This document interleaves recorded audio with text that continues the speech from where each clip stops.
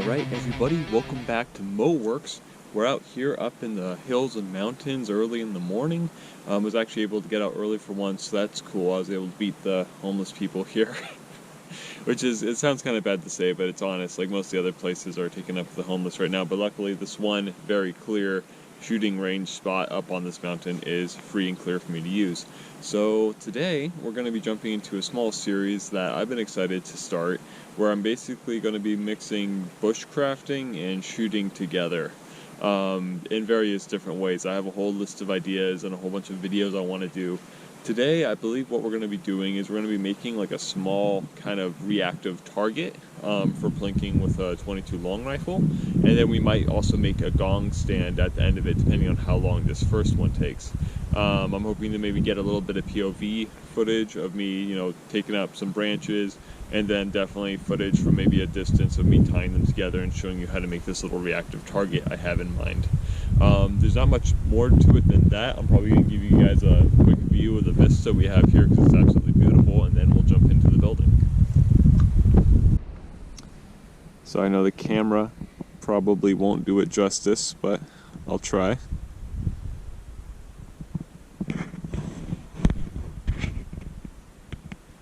Can hardly see the mountain because the sun's so bright.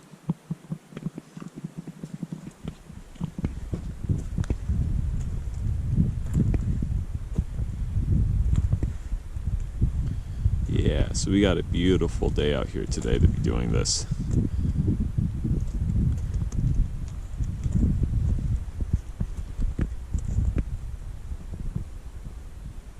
Alright, so we got kind of our brambles over here we're going to be selecting from. As usual, we'll try to find one that looks more or less dead, but if we can't, this is just all new growth anyway, so it doesn't much matter. Let's look. Seems like we got a good selection right here. And just so you guys know, the hatchet we're going to be using today is made by Fiskars. Looks like their X7 hatchet.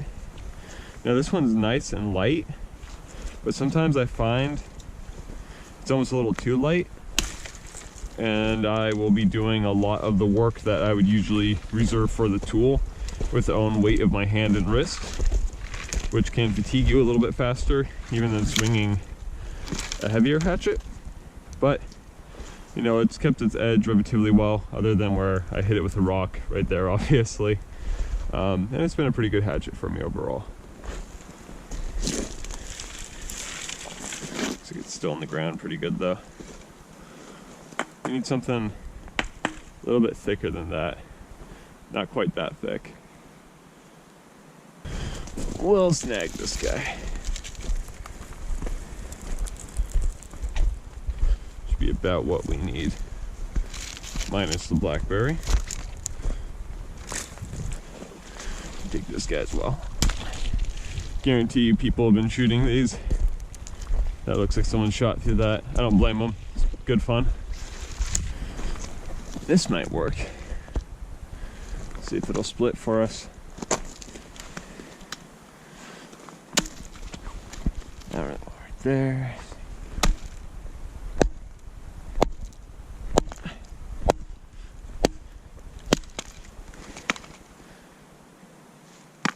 That might work for what I'm thinking of. I'll take those two pieces, and I want one more piece that's a little bit bigger around.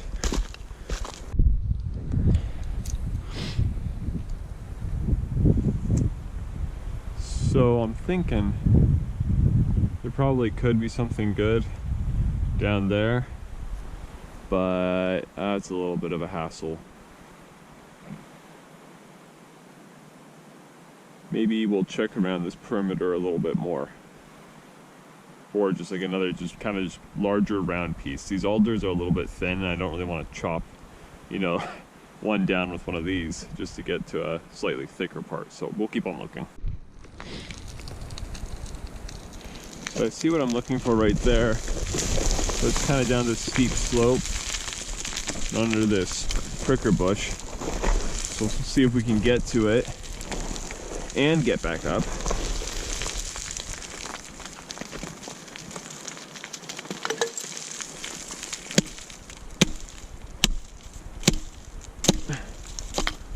know if all that wants to come loose or not.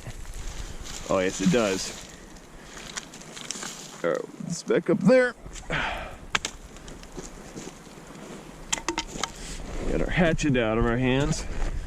Don't fall on it like that. Okay, there we go. This is what I was looking for.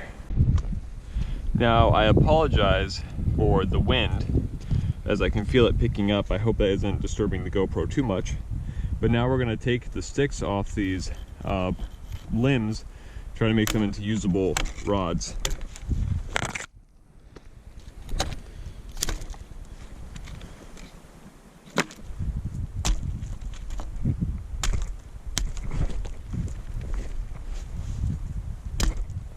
Trying to keep my hand out of the line of fire here. Actually leave that V there, just in case we want to do something with it later. We do need this part for now. Awesome. There is one.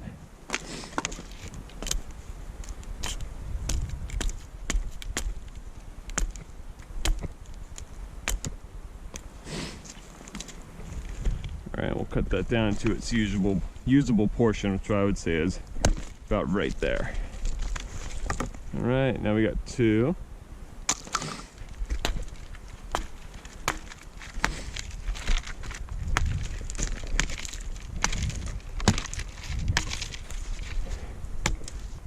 It's about as simple as can be. Cut it down to the usable portion, which I will say is about right there. And there is our last rod. Pretty darn flexible. They're flexible, but they're also fairly stiff. And they're just a little bit green, so they're not going to snap on us.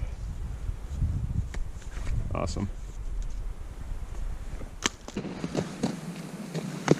All right, so this is going to be a cross beam, and these are eventually going to be our legs. Now I'll show you how this works. First we're going to line up the thick ends, and it looks like they're almost exactly the same height. They're off by about 2 inches. So make it mark at the 2-inch mark on this guy. There we go. Now these two, excuse me, I like to wear a glove on my offhand just because it helps me not cut it so much, you know.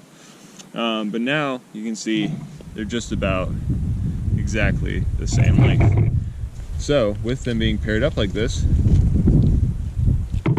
we'll make a mark in the center of each.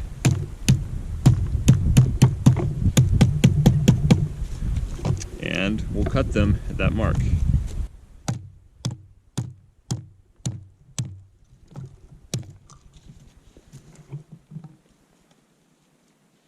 That is pretty darn close to half. And this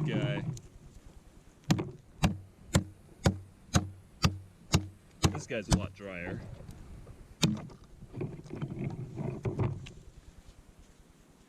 We got half that way. These are gonna sit like this. This one as well. This is gonna lay across. Pretty classic little A-frame stance there. And then we'll add the targets to it. Let's get to this part first. So in order to make sure that these match up fairly well, I'm going to cut little notches in them so they lock together a little bit and give us a little bit of a physical weld there. So we're going to mark on each stick where the notch needs to be in between. So right there, and right here on this guy. Flip that over. Good point of reference. So this guy needs a notch, so we'll start cutting that out. This wood is fairly yielding, so it's pretty simple. We might have more difficulty with something like birch or really dry wood, say beech wood. I don't know how many places in the world you can shoot on the beach. I don't think a whole lot. These because usually you can't own the beach, you know.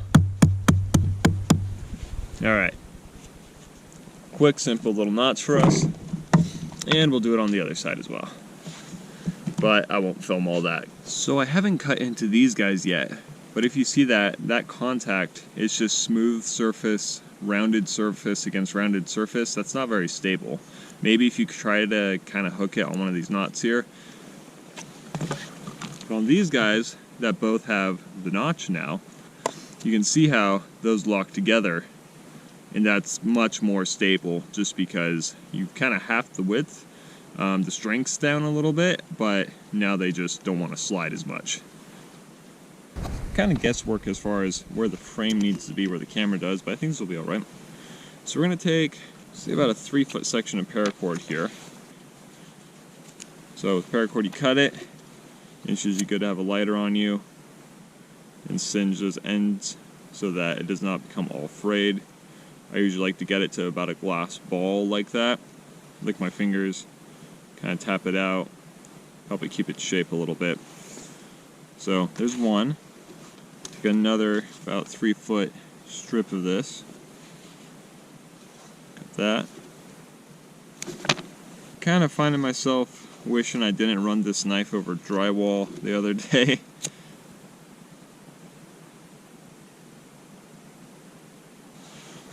Again, get it to that glass ball. You don't need to catch it on fire. I would recommend you don't actually, but every once in a while it happens. All I have to do is blow it out. Also, doing this indoors can release some pretty stinky vapors. Don't recommend that as much either. Again, you don't have to touch it with your fingers to cool it down like I am. I just like to do that. It's just a habit I've built up. Alright. Get our sharps put away. Get our lighter back in our pocket so we don't put it down somewhere and forget about it. Alright, we have our other 2 sticks here that have the notches in them. So, as stated, we're just going to put those 2 notches together, help with the friction a little bit. And I believe what I want to do is I'll take this guy, I'll tie just a quick little overhand knot here, and I'll lead that into slip knot. One of the things I've noticed with paracord is that whenever you do a slip knot, usually this tail end likes to back out, but if you tie a little overhand knot there, it won't. Let's put those together. Make our slip knot big enough to slip over the top, and I'm sure someone in the comments will tell me a better way to do this, and you are absolutely welcome to. I love getting advice, especially from people who are knowledgeable and have been doing this a lot longer than I have. See that? Would have slipped off if it wasn't for that slip knot there, or excuse me, that overhand knot. And from here, I'm just going to wrap it a couple different ways. Try to bind it as tight as we can without using a whole bunch of paracord. Then we'll put another little overhand knot here as well, just for funsies. Give it something to grip onto. Maybe we won't. Moral of the story is try to get this as tight as you can. Feed a little loop through there. Cinch it back on itself. Maybe do that once or twice more. Just a quick little, trying to get it as tight as you can. There we go. Fairly stable. Little leg there. You can see it stands up almost on its own. It just needs that last little bit of support. So let's do it to the other leg, and then we'll put that cross beam in. Alright. So I have some more. These are 2-foot sections, 2 2-foot sections here. I'm going to use those to attach this cross beam. I want to say right about here. And right about here. And now you guys are going to watch me struggle with figuring out how exactly I want to do this. So I'm thinking if I brace it against my leg right there, kind of want these facing in a little bit, facing in and downwards, push against each other a little bit, a little overhand knot. We'll double down on that. Kind of one of the benefits of natural fiber cord is that it will bind and grip itself versus something like paracord, which is more slippery and doesn't really catch. Kind of my goal is with this is to not use like a ton of material, just use the least amount possible. We're at the hold. It's working out okay. Could definitely be working out better. But this is me learning, trying something I haven't tried before. Having fun in a woods. There's one. Right.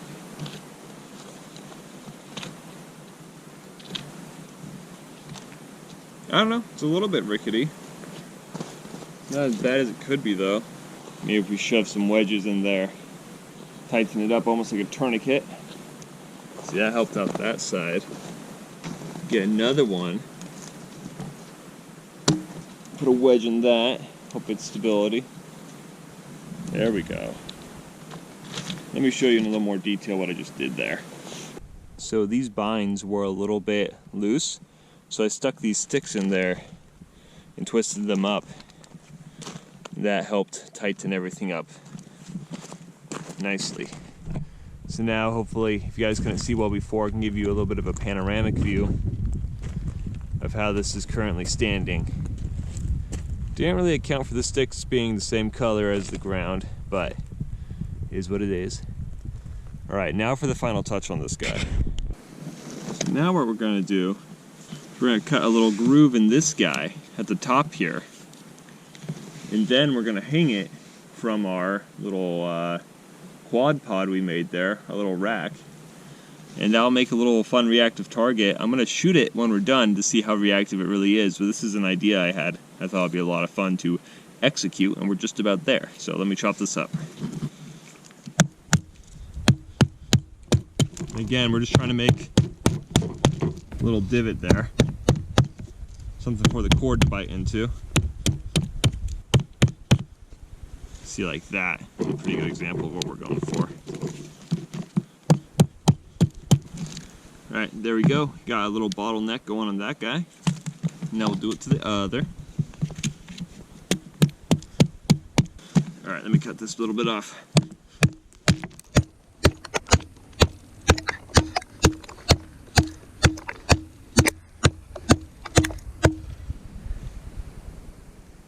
Should work out nicely.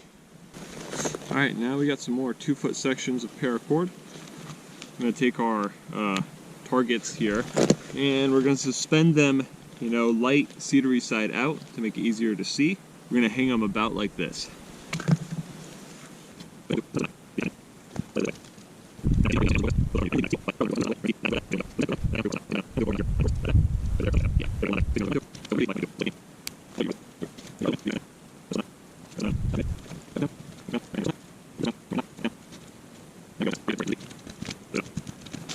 Quick ad break here. I wanted to let you guys know today's video is sponsored by you guys.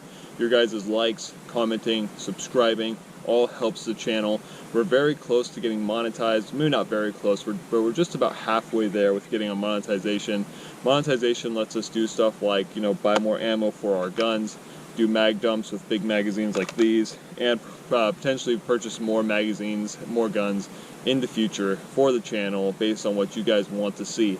So like, comment, subscribe, and if you really, really want to help out the channel, there's a donation link in the description below. Thanks. Behold my beautiful creation. So we did use some rocks to stabilize it, and a stick right there to stabilize it further.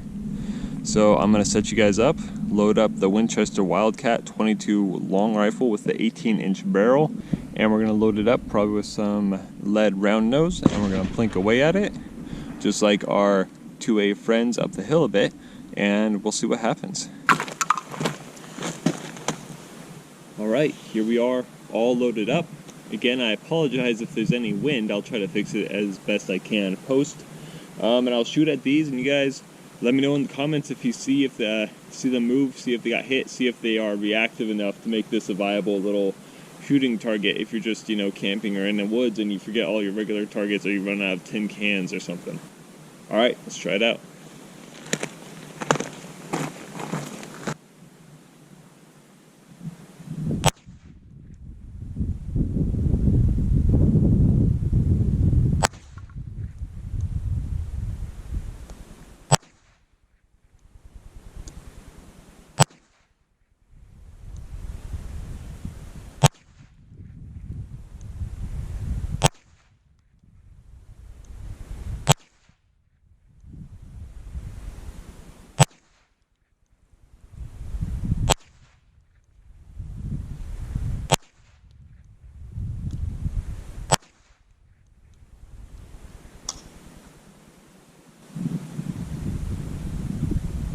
yeah, so just let me know in the comments if you're able to see that move or wiggle or not.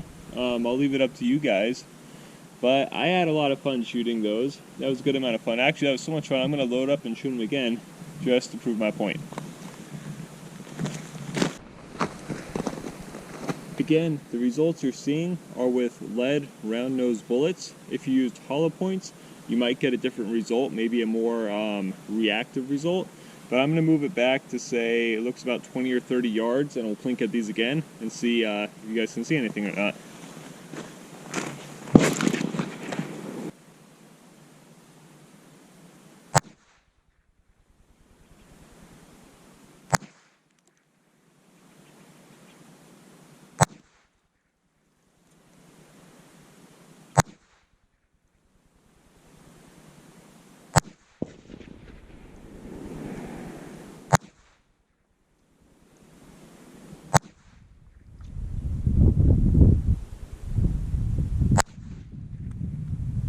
Alright guys, so that was kind of the first in a series of videos I want to do about bushcrafting.